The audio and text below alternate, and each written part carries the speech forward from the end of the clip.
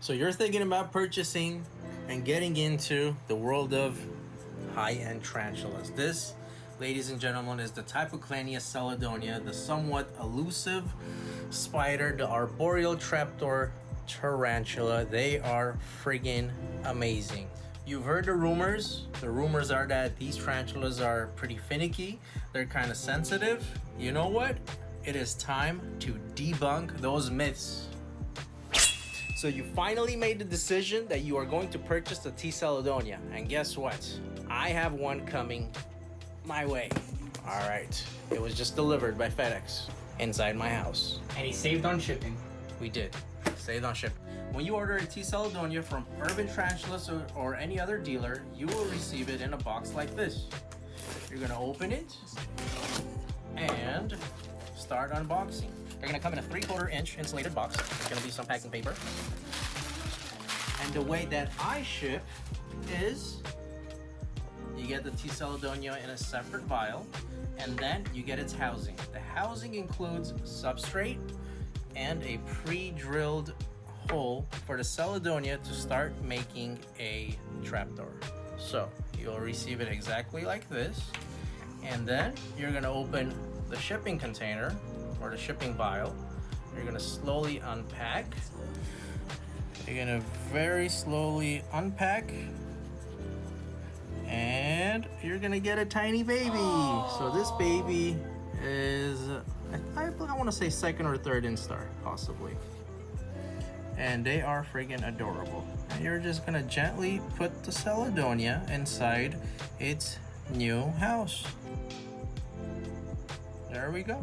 And then eventually, in a couple of weeks, it is going to make a trapdoor in one of the pre-drilled holes inside the cork bark. Put the lid back on, and it's pretty much that simple.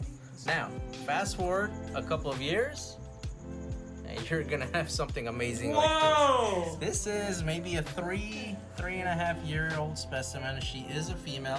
She is a proven breeder, and you know what? She gave us a whole bunch of babies. So if I have any available on the website, there's a good chance it's from this particular female. Although I do have other breeding females, but this one is our favorite. The simplest way to put this is you got to keep this species, the Seledonia, a little bit on the drier side. So this vial is a little too dry. It's going to be time to add a little bit of humidity in here, a spritz of water.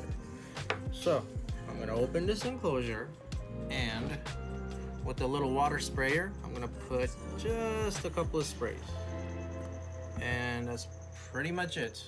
I'm gonna close this up, and then the humidity will spread over the next couple of hours, and it's gonna look something like this. You gotta make sure that you do not overwater it, and then you have to wait a couple of weeks. It really depends on the humidity inside your environment. So it becomes a little bit on the drier side again. And once it's dry again, you want to reapply the water. What do you feed it and how often? So I personally like crickets. Crickets the size of these guys right here. I think these are maybe 1 week or 2 week crickets. So they might look a little bit larger than what you would want to originally feed your T. Seledonia, but it's okay. They could take them down. So I would personally feed crickets that are maybe like 1 or 2 weeks old. All I would do is just open the container and throw the cricket inside. If you feel like the cricket is a little on the larger side, you could pre-kill the cricket and then just leave it near one of its holes, and then just close it. And within a day or maybe 2 days, the Seledonia will forage. If for some reason you come back after a day or two and the cricket is still there uneaten, you might want to take out the cricket and try again in about a couple more days. The Seledonia might be in pre-molt, or it's just not hungry. Pro tip, you might want to gut load your crickets. What is gut loading crickets? Basically feeding your crickets really well before offering the crickets or the prey items to the tarantula. You give them carrots, you give them lettuce, give them some protein like dog food or cat food, and that's gut loading the crickets and makes them a lot more nutritious. As far as temperature goes, the basic rule of thumb is if you're comfortable, the tarantula is going to be comfortable. They're going to thrive in a little bit of a warmer environment, let's say 78, 79, 80 degree temperatures, but 75 should be okay. It might take them a little bit longer for them to molt, but it should generally be okay. And also, you never want to have your tarantula under direct sunlight or in direct vicinity of your air conditioning unit. You just want to kind of keep them away a little bit, give them a little bit of a privacy. All right, so we're gonna fast forward about a year, and if everything goes according to plan, you're gonna eventually have something like this specimen right here. And of course, they make these incredible trapdoors. Let's see if we could coax this baby out. Oh, it's not a baby anymore. It is a juvenile to being close to a adult specimen. So I say this male or female, I'm not sure what it is about, I don't know, like 8 months, 9 months, 10 months, somewhere around there. And you're gonna have to upgrade their enclosure, obviously, eventually. So from this little enclosure, you're gonna upgrade to maybe a 5-inch vial, and you're gonna put a little bit of a larger piece of cork bark. And of course, you're gonna drill some holes in there, just like these, and the tarantula will choose which hole it wants to make its trapdoor. And all you gotta do is drill some holes in cork bark and put it inside a vial. Have some cocoa coir in here. That's what I use for substrate, just straight cocoa coir. And put the tarantula in here, and that's it. Fast forward a couple more months, and it's time for this size specimen to move into a larger enclosure. And this right here can be its forever home. It's not that large of an enclosure. And let's see where this beauty is. They make such incredible trapdoors. Like where is it?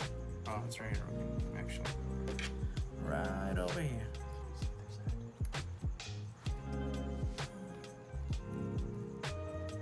And there she is. So as you could, whoops.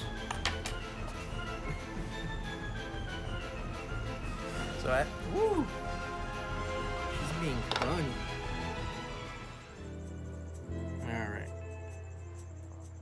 As you could tell, we have a much larger piece of cork bark, much larger enclosure, and tarantula is very, very comfortable in here. As you could tell from the multiple trapdoors that it has made. There's one, I think she upgraded from this little one to this larger one, and I think she's happy in here. So that's pretty much it. This is keeping Typhochlaena Seledonia 101. And if you have any questions, feel free to shoot me an email, shoot me a message on Instagram. I answer all my messages. So this has been fun. My name is Aram. I am with Urban Tarantulas, and this is my facility. You want to give a little... Oh, amazing lighting. We do have some amazing lighting. Over and out. But I'm expecting a package.